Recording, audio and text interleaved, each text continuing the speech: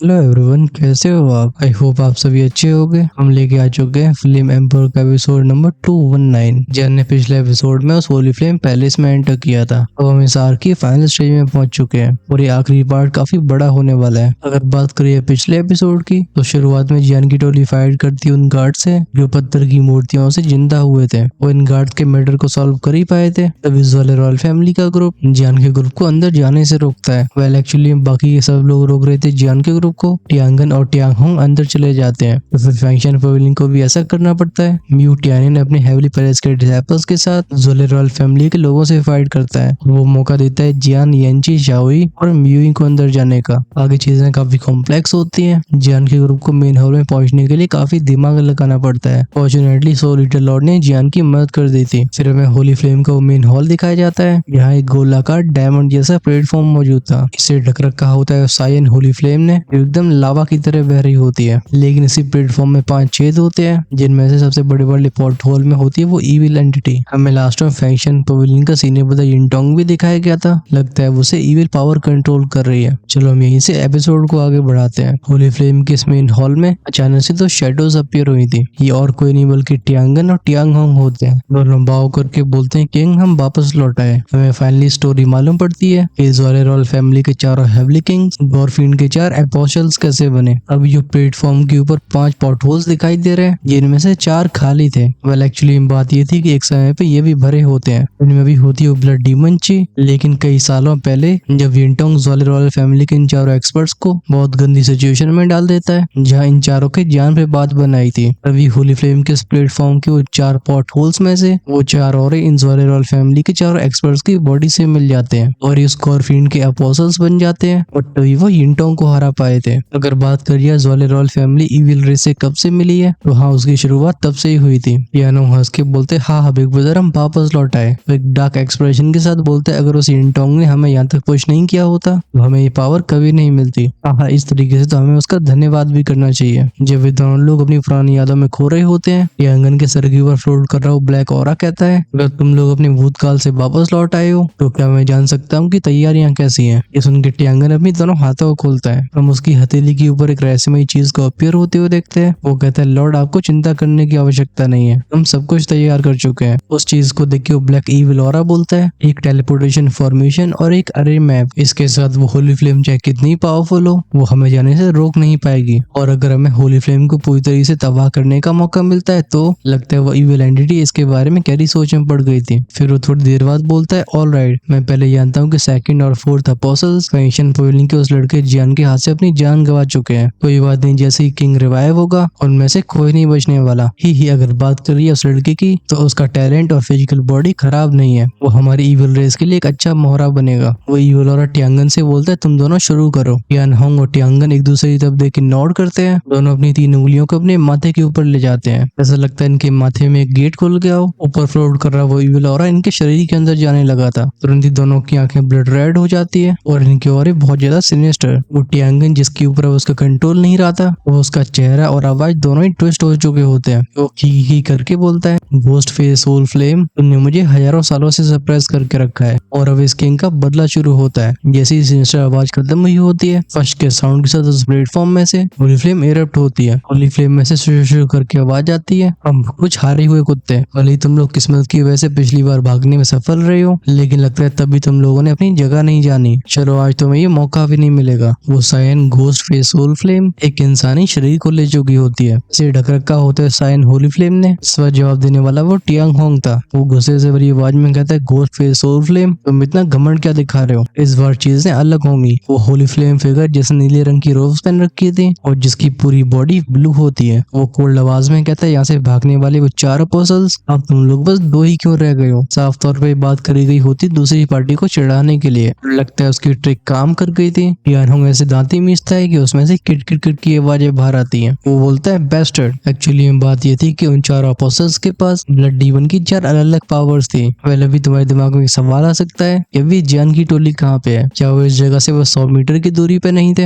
हालांकि इसकी यहाँ एक्सप्लेनेशन नहीं दी गई है, लेकिन मुझे लगता है ये जगह किसी भूल भुलैया की तरह है और वो 100 मीटर की दूरी बस एक आंखों का छलावा भर है। असल में सच्चाई कुछ और होगी। फिर हम वापस लौटते हैं टियांगन की तरफ और टियांगन से बोलता है बकवास कम, हमें जल्दी एक्शन लेना होगा। भले होली फ्लेम पावरफुल हो, लेकिन हमारे पास भी हमारे किंग की आधी पावर है। अगर वो बर्निंग इंसेंस पवेलियन के लोग यहाँ पहुंच जाते हैं तो हमारी सिचुएशन सच में खराब हो जाएगी। ये कहते ही टियांगन अपनी ऑरे को रिलीज करता है। ये थी 8 स्टार दोली के अर्ली स्टेज की पावर। वो वुश के साउंड के साथ हवा को चीरते हुए सीधा गोस्ट फेस सोल फ्लेम के सामने अपीयर होता है। लेकिन जब वो अपनी पंच को आगे बढ़ाता है, बैम के साउंड के साथ हम उसे पीछे जाते हुए देखते हैं। एक पावरफुल रिपल्सिव फोर्स की वजह से उसी स्पीड से पीछे गया था। जब टियांगन अपने अंदर की इविल एंटिटी से पूछता है, लॉर्ड पहले ऐसा नहीं था, तो इविल एंटिटी कहती है, लगता है जब मैं डीप स्लीप में था ये गोस्ट फेस सोल फ्लेम भी इम्प्रूव करती आई है। अपने चारों तरफ बैरियर को बनाने वाला होली फ्लेम फिगर उससे कहता है क्योंकि इस जगह पे 8 स्टार दोली से ऊपर की स्ट्रेंथ को इस्तेमाल नहीं किया जा सकता है। मेरे लिए इन दोनों को हैंडल करना इतना आसान नहीं होगा। उम्मीद करता हूँ कि वो बच्चे जल्दी यहाँ पहुंच जाएं। बिना हेजिटेशन के उसके फिगर को जगह से गायब होते हुए देखते हैं। वो अगली बार अपीयर होता है टियांगन के सामने उस होली फ्लेम फिगर की दोनों हथेलियां जिसमें होली फ्लेम की पावर मौजूद थी, वो बूम बूम के साउंड के साथ टियांगहोंग और टियांगन की बॉडी से टकराती हैं। ये दोनों ऐसे फिरोशियस अटैक के लिए तैयार नहीं थे। इस वजह से दोनों अक की आवाज के साथ पीछे के स्पेस में घिसटते हुए चले गए थे। इस अटैक ने दोनों के और थोड़े अनस्टेबल कर दिए थे। वो टियांगन जिसके अंदर फर्स्ट ब्लड एपोस्टल की पावर होती है, वो कहता है गोस्ट फेस सोल फ्लेम सच में पावरफुल है। खासकर नीचे फैला सायन लावा, लगता है ये इसके डोमेन का हिस्सा है। आखिरी बार जब हमारे बीच में फाइट हुई थी तभी गोस्ट फ्लेम पूरी तरह से जागी नहीं थी, वरना हमें भागने का मौका नहीं मिलता। और लगता है पिछले कुछ सालों में इसकी एबिलिटीज और बढ़ गई हैं। इसी पर उसका ऑरा राइज हुआ था। ये पावर भेजने वाला और कोई नहीं बल्कि वो गॉरफील्ड होता है। वो टियांगन से मनी मन में कहता है होल्ड बैक मत करो। इस राइज हो रहे इविल ऑरे का जवाब देते हुए उस गोस्ट फेस सोल फ्लेम का लावा भी उबलने लगता है। वो सायन फिगर बोलता है होली फ्लेम के मास्टर्स जल्दी आओ। हालांकि मेरे पास इन दोनों को हैंडल करने की पावर है, बट मुझे ऐसा लगता है कि लोग इस बार प्रिपेयर होके आए हैं, वरना इनकी मुझसे फाइट करने की हिम्मत नहीं होती। सीन टियांगन और टियांगहोंग की तरफ गया था। अब इन दोनों ने अपने घुटने टेक दिए होते हैं। ये दोनों अपनी हाथों को खोल के उस इविल पावर को लगातार ऑब्जर्व कर रहे होते हैं। टियांगहोंग चिल्ला के बोलता है माय लॉर्ड और पावर, मुझे और चाहिए। रंबल रंबल के साउंड के साथ उसके सामने का वर्ड डिस्टॉर्ट होता है। उसकी बॉडी में और पावर ऑब्जर्व होती है। तो टियांगन के शरीर के सारे हिस्सों पे कई लाल रंग के स्पॉट्स दिखाई देने लगते हैं। लगता है वो गॉरफील्ड इन दोनों के ऊपर कंट्रोल हासिल कर रहा था, क्योंकि पफ पफ के साउंड के साथ खून फेंकने के बाद भी वो टियांगहोंग और टियांगन इस पावर को ऑब्जर्व करना बंद नहीं करते। बहुत जल्दी इनका ऑरा उस लेवल तक पहुंच जाता है जब ये डीमन सप्रेसिंग टेरिटरी उनकी ऊपर ज्यादा प्रभाव नहीं डाल पाती। वो टियांगन हंस के बोलते हैं हा गोस्ट फेस सोल फ्लेम, लगता है इस बार तुम्हारी किस्मत भी साथ नहीं दे रही है। जब वो होली फ्लेम फिगर देखते हैं टियांगन के फिगर को जिसकी त्वचा जगह जगह से फटने लगी थी, वो एक अलग ही फॉर्म को ले रहा होता है। वो होली फ्लेम फिगर बोलता है डैम इट, ये इस लड़के के खून और लाइफ फोर्स का इस्तेमाल करके अपनी ट्रू पावर को यूज करना चाहता है। चलो जरा जान के साइड में लौटा जाए। वही बेसिकली जान के सामने दो इशू होते हैं। इसमें पहला इशू ये होता है कि जगह जगह अपने ट्रैप्स और इविल स्पिरिट्स का सामना करना पड़ रहा था। हालांकि यांची की गाइडेंस की वजह से वो इनसे बच पाते हैं, लेकिन तब भी इनकी स्पीड को कम कर देता है। और दूसरा इशू होता है बाकियों को अलर्ट न करने का। जान का ग्रुप अपने औरों को बिल्कुल सप्रेस करके आगे बढ़ रहा होता है। शाओई कहता है बिग ब्रदर अगर हम ऐसे ही चलते रहते हैं तो कहीं हमें देर न हो जाए, क्योंकि ज़्वाले रॉयल फैमिली के वो लोग हमसे पहले अंदर चले गए थे। इस बार जियानी मन बना लेता है। अब वो अपनी होली फ्लेम को नहीं रोकता।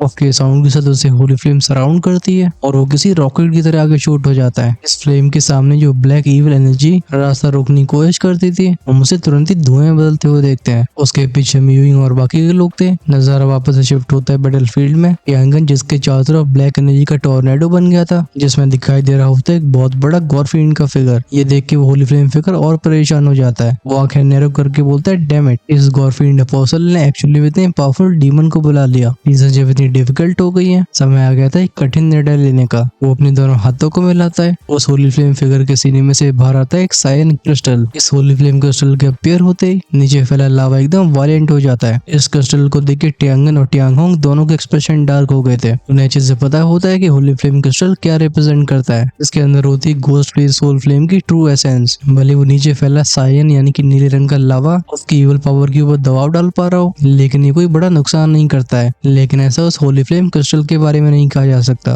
अगर ये चीज डायरेक्टली उनसे टकरा जाती है तो गॉरफील्ड अपोस्टल की पावर होने के बाद भी ये दोनों खुद को बचा नहीं पाएंगे। टियांगन चिल्ला के बोलता है होली फ्लेम तुमने हमें बहुत कुछ कर दिया है, अब आगे जो होगा तो हमें ब्लेम नहीं कर सकते। वो टियांगहोंग से बोलता है शाओहोंग मेरी हेल्प करो। टियांगहोंग नोट करता है, उसे भी सिचुएशन की ग्रेविटी अच्छे से बता दे। अगर वो इस होली फ्लेम को नहीं रोक पाते हैं तो उनका ये मिशन एकदम डिजास्टर में बदल जाएगा। ये दोनों भाई हैंडसीज को चेंज करते हुए चिल्ला के बोलते हैं ब्लड सैक्रिफाइस। ये कहते ही दोनों के और ट्विस्ट होने लगते हैं। दोनों का ब्लड एसेंस जाने लगा था उस पीछे के फिगर के अंदर जो अपनी फॉर्म को ले रहा होता है। ये देख के होली फ्लेम का वो सायन साइन फिगर बोलता है ब्लड सैक्रिफाइस तो तुम दोनों यहाँ तक जाने के लिए तैयार हो, लेकिन मैं तुम्हें ऐसा मौका नहीं दूंगा। ये कहते कहते उसकी आवाज और भी पैनी हो जाती है। होली फ्लेम क्रिस्टल को आगे पुश करते हुए बोलता है घोस्ट फ्लेम जाओ इस इविल को अनहाइलेट कर दो। होली फ्लेम क्रिस्टल में से कुछ बूंदें बाहर आती हैं। ये घोस्ट फेस होल फ्लेम का ट्रू एसेंस था। उनके अपीयर होते ही नीचे का लावा उन बूंदों में लिपटना शुरू हो जाता है। ये किसी होली फ्लेम की लहर की तरह क्रैश की आवाज के साथ उस बड़े से फिगर में टकराई थी। वो ब्लड डीमन जस्ट जागने वाला होता है, लेकिन तभी इस अटैक की वजह से उसकी स्ट्रेंथ गिरने लगती है। जब होली फ्लेम वेव फिर से जमीन पे फैलती है, मैं वो बड़ा सा ब्लड डीमन का फिगर दिखाई दिया था। अभी उसके सीने में एक होल हो चुका होता है। ऐसा लगता है ऐसे सीन को देख के टियानोंग और टियांगन दोनों पूरी तरीके से पागल हो चुके हो। टियांगन कहता है अगर ब्लड डीमन कोर पूरा हो जाता तो इसे इतनी आसानी से चोट नहीं पहुंचती। नहीं, मैं इसे ऐसे खत्म नहीं होने दे सकता। डेस्परेशन में आके दोनों अपनी जीभ को हल्का सा काटते हैं। एक पूरा मुंह भर के खून उस ब्लड डीमन फिगर के ऊपर थूका जाता है। जैसे ब्लड एसेंस इनके मुंह से बाहर गया था, इन दोनों के चेहरों पर झुर्रियां पड़ गई होती हैं और इनके पीछे को भयंकर सा ब्लड डीमन जिसकी रोशनी कम होने लगी थी, हम उसे फिर से ग्लो करते हुए देखते हैं। उसका ब्लैकिश रेड ऑरा तरह तरीके से चर्न होता है। इस नजारे को देख होली फ्लेम का फिगर चिल्ला के बोलता है नहीं। अफसोस की बात है कि उसके लिए देरी हो चुकी थी। एक तेज बूम की साउंड के साथ वो मैसिव डीमन फिगर पूरी तरीके से फट गया था। इसके फटने पे वो शॉक वेव्स फैलती है जो इस गोलाकार प्लेटफॉर्म के ऊपर की बैरियर को तेजी से जोड़ने लगी थी। अगर इस प्लेटफॉर्म के चारों तरफ का बैरियर टूट जाता है तो चीज आउट ऑफ कंट्रोल हो जाएंगी। इस वजह से वो होली फ्लेम फिगर अपने दोनों हाथों को उठा के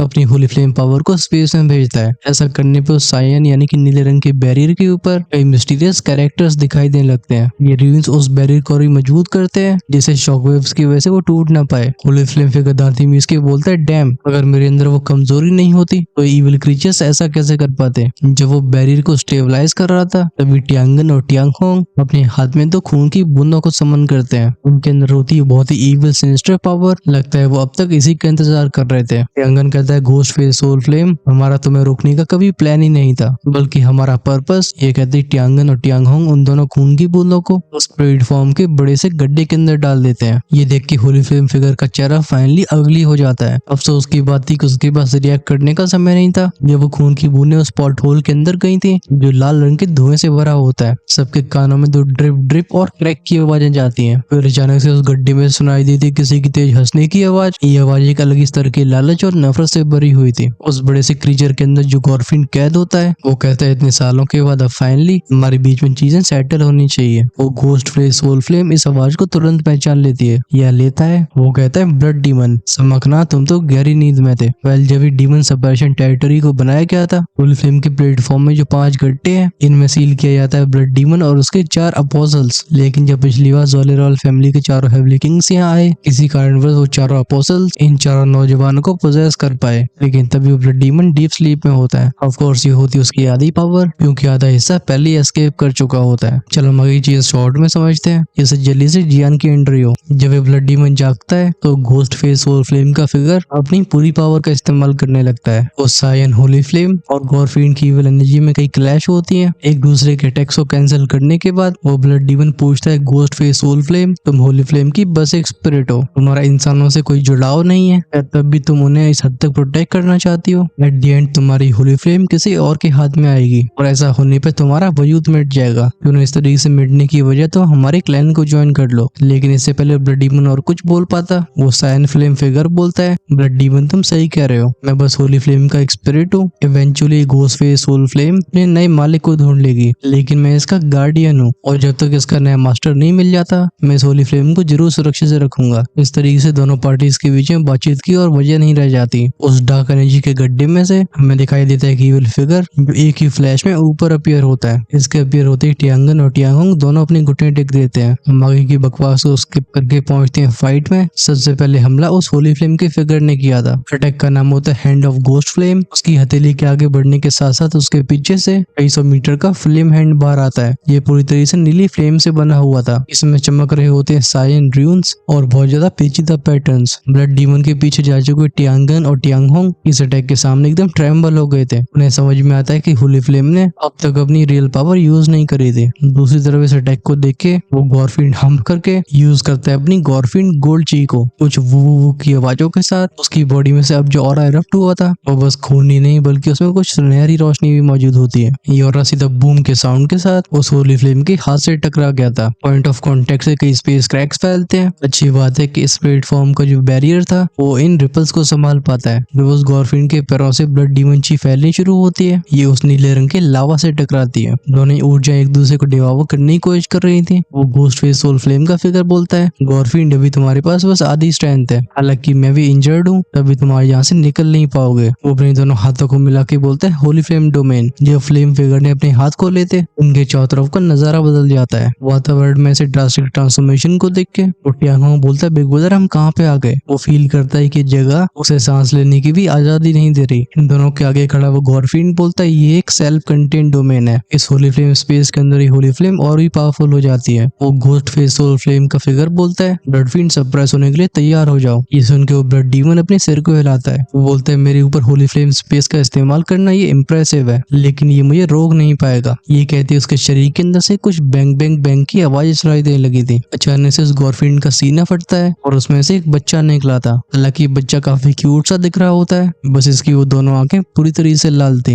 इस नजारे को लेके घोस्ट फेस होली फ्लेम पूरी तरीके से बौखला जाती है। वो फ्लेम फिगर बोलता है, बेस्टर्ड तुम ब्लड डीमंस कितने निर्दयी हो सकते हो। उस ब्लड डीमन के अंदर से ये बच्चा बाहर आया होता है। इसे बनने के लिए जाने कितने इंसानों की जान गई होगी। वो बच्चा अपनी क्रीपी आवाज में कहता है, इंसान सच में डिलीशियस होते हैं। हजारों सालों पहले मुझे जिस ह्यूमिलेशन का सामना करना पड़ा था, आज मैं इसे वापस करता हूँ। एक इंसान के दिल से मैं तुम्हारे डोमेन को तोड़ूंगा। ये कह के वो बच्चा अपने सीने में हाथ घुसेड़ देता है। फिर वो अपने दिल को बाहर निकाल के उसे क्रश कर देता है। जिस पल वो हार्ट क्रश किया गया था, फश फश फश की आवाज के साथ एक बहुत पावरफुल एनर्जी इरप्ट हुई थी। ये किसी सैलाब की तरह होली फ्लेम डोमेन को ढकने लगती है। वो चमकने वाली साइन होली फ्लेम जो कि एक समय पे अनस्टॉपेबल लग रही थी, हम इन्हें डिवावर होते हुए देखते हैं। हालांकि ब्लड डीमन जो कि बच्चे के फॉर्म में था, वो भी काफी कमजोर सा दिख रहा होता है, लेकिन उसके चेहरे की वो अजीब सी स्माइल चेचों को डरा के बेहोश करने के लिए काफी होती है। वो कहता है, घोस्ट फेस सोल फ्लेम, चलो मैं देखना चाहूंगा कि तुम क्या कर पाते हो। जवाब में होली फ्लेम का फिगर तेज से धाड़ मारता है और वो शूट हो जाता है उस बच्चे की तरफ। जब इस ब्लड डीमन और घोस्ट फेस सोल फ्लेम के बीच में ये भयानक युद्ध शुरू हुआ था, तब तक जियान का ग्रुप भी सील्ड एरिया के करीब आ चुका होता है। जब वो सील्ड लोकेशन के पास पहुंचे होते हैं, हम चारों के चारों पे क्यूरियस एक्सप्रेशन को आते हुए देखते हैं। जियान कहता है, हो क्या रहा है यहाँ पे। इनके सामने एक बड़ा साइन बैरियर होता है, लेकिन अभी इसमें एक छोटा सा गैप बन चुका था। उस छोटे छेद के अंदर से इन्हें वो डायमंड जैसा प्लेटफॉर्म दिखाई देता है, जिसमें वो 5 पॉटहोल्स यानी कि छेद होते हैं। येंची कहते हैं ये वही जगह है जहाँ होली फ्लेम ब्लड डीमन को सप्रेस करती है। लिटरली जिसकी सेंसेस सबसे पैनी होती है, वो तुरंत ही अंदर की हवा से महसूस करता है कि हाल ही में यहाँ कोई बैटल हुई है। वो कहता है पता नहीं क्यों, लेकिन यहाँ का एटमोस्फेयर काफी अजीब है। लिटरली और कुछ ही बोलने वाला होता है, तभी उस डायमंड प्लेटफॉर्म के ऊपर एक चौंका देने वाला नजारा दिखाई दिया था। सबके चेहरे पे भी होता है शॉक, लेकिन जियान तुरंत ही अपनी सोल स्ट्रेंथ का इस्तेमाल करके सबके औरों को दबा लेता है। ये छिप जाते हैं एक बड़े से पत्थर के पीछे। हम वापस से बैरियर के अंदर चलते हैं। सुनाई दी थी उस बच्चे गॉरफिन की आवाज। वो कहता है, घोस्ट फेस सोल फ्लेम, तुम्हारा डोमेन टूट चुका है, इसके बिना तुम मेरा सामना नहीं कर सकते। तुम्हें आखिरी मौका देता हूँ, सरेंडर कर दो। इस बच्चे ब्लड डीमन के सामने खड़ा होता है वो साइन होली फ्लेम का फिगर, और जिसका भी हावा बहुत खराब होते हैं। वो गुर्रा के बोलता है, गॉरफिन, तूने एक्चुअली में इंसानों के खून का इस्तेमाल करके हार्ट को कंडेंस किया। तुम घिनौने जीवों को बर्बाद हो जाना चाहिए। इन शब्दों को सुनकर वो बच्चा गॉरफिन तेजी से हंसने लगता है। वो कहता है, जब से तुम मुझे सरप्राइज कर रहे हो, मैंने भी वो समय बर्बाद नहीं किया।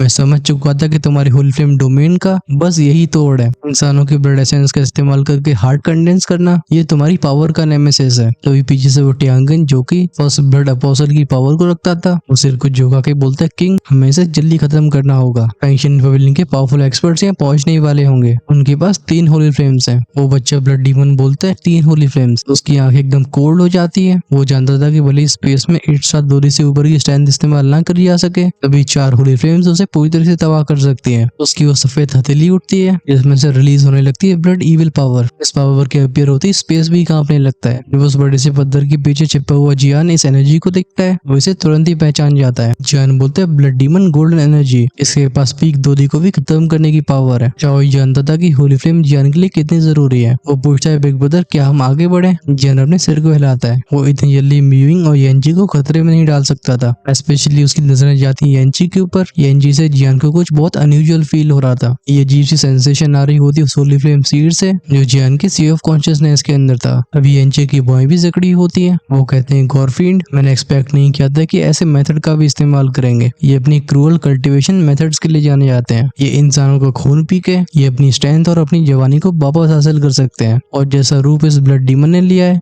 लगता है ये आसान नहीं होगा। उस blood demon gold energy energy की फ्लक्चुएशंस को सेंस करके इस पूरी जगह में गूंजती होली फ्लेम फिगर की आवाज। इसके साथ ही उसकी फ्लेम और भी इंटेंस हो जाती है। वो घोस्ट फेस सोल फ्लेम का फिगर बोलता है, in the name of ghost face soul flame, मैं घोस्ट स्पिरिट को समन करता हूँ। जैसे ही शब्द उसके मुंह से बाहर आए थे, न जाने कहां से स्पेस में बहुत सारी घोस्ट स्पिरिट्स अपीयर होती हैं। इनमें कुछ चेहरे रो रहे होते हैं तो कुछ हंस रहे होते हैं और कुछ के चेहरों पे खून की भूख थी। वो होली फ्लेम का फिगर अपनी हथेली को नीचे करके बोलता है, घोस्ट फेस सोल सील। ऐसा कहते ही सारी घोस्ट स्पिरिट्स अपनी घोंसले और के साथ फ्लेम में मिलने लगते हैं। तुरंत ही होली फ्लेम ट्रांसफॉर्म हुई थी। ऐसा लग रहा था जैसे ये फ्लेम जिंदा हो उठी हो। उन होली फ्लेम से ढके हुए कई क्रीचर्स को अपनी तरफ आगे बढ़ती हुई देख वो बच्चा ब्लड डीमन अपनी आंखें नैरो करके बोलता है, घोस्ट जी, ये ghost face soul flame ghost realm से आती है। इसका घोंसले जी को मास्टर करना ये मेरे लिए सरप्राइजिंग नहीं होना चाहिए। इस गॉरफिन को अपनी स्ट्रेंथ के बारे में अच्छे से पता होता है। एक तरफ गॉरफिन का blood strains the sky attack होता है और दूसरी तरफ घोस्ट फेस सोल सील से ब्लड डीमन गोल्ड चीज से बना वो भाला उस होली फ्लेम स्पेक्टर से बूम की आवाज के साथ टकराता है। इस बार दोनों ने अपनी स्टन को रोका नहीं था, जिस वजह से टकरावट में फैलने वाली शॉक वेव्स पूरे क्रिस्टल प्लेटफॉर्म को हिला कर रख देती है। इस क्लैश की वजह से जियान की टीम के एक्सप्रेशन भी बहुत सॉलम हो गए थे। वो ब्लड डीमन गुर्रा के बोलता है, होली फ्लेम, भले ही तुमने इस टेक्निक का इस्तेमाल करके पिछली बार मुझे सील कर दिया, मैं वो गलती फिर नहीं दोहराऊंगा। ये कहती है ब्लड डीमन जो कि बच्चे के फॉर्म में होता है, उसके शरीर से खून की बूंदें नीचे टपकनी शुरू हो जाती हैं। फिर उसकी त्वचा भी बदलने लगती है खून में। इसने इविल डोमेन की पावर ऐसे बढ़ाई होती है कि नीचे फैला हुआ होली फ्लेम का लावा पीछे हटता हुआ दिखाई देता है। ये देख के वो घोस्ट फेस सोल फ्लेम का फिगर बोलता है, क्या ये ब्लड डीमन पागल हो गया है? अगर उन लाल रंग की बूंदों की बात करी है तो वो इस ब्लड डीमन की सोर्स पावर थी। इस हर एक बूंद को दोबारा कंडेंस करने में उसे कम से कम 10-10 सालों का समय लगेगा। वो बच्चा गॉर्फिन ट्विस्टेड आवाज में कहता है, डाई। सुनाई देते हैं सिजलिंग साउंड्स, लेकिन तभी वो ब्लड डीमन ची उस होली फ्लेम फिगर के बिल्कुल करीब पहुंचने लगती है। घोस्ट फेस सोल फ्लेम ने सोचा नहीं था कि गॉर्फिन इस कैद से बाहर निकलने के लिए इतना पागल हो जाएगा कि वो अपनी सोर्स पावर का भी यूज करेगा। वो होली फ्लेम फिगर बोलता है, मैं और होल्ड नहीं कर सकता हूँ, अब समय आ गया था आखिरी स्टेप को लेने का, जिससे सब खत्म हो जाएगा। वो एक बार फिर से अपने हाथ में होली फ्लेम क्रिस्टल को समन करता है। क्रीक क्रीक क्रीक के साउंड के साथ स्पेस एकदम ट्विस्ट होने लगा था और बैरियर के अंदर की एनर्जी वायलेंट हो जाती है। लेकिन इससे पहले चीजें और भी आउट ऑफ कंट्रोल हो पाती, स्पेस में एक और आवाज गूंजी थी। वो आवाज कहती है, ब्लड डीमन सच में खत्म होने का नाम नहीं ले रहे। इस आवाज ने टियांगन, टियांगो और ब्लड डीमन को ही सरप्राइज नहीं किया था, बल्कि होली फ्लेम का फिगर भी आसपास देखने लगा था। अभी उसके हाथ में सोर्स पावर इकट्ठी हो चुकी थी, लेकिन वो इस अटैक को लॉन्च करने में हेजिटेट करता है क्योंकि अटैक बना होता है 4 से 5 सोर्स पावर की बूंदों से। हालांकि इससे होली फ्लेम सीरियसली इंजर्ड हो जाती, लेकिन एक नई खिलाड़ी के गेम में एंटर होने की वजह से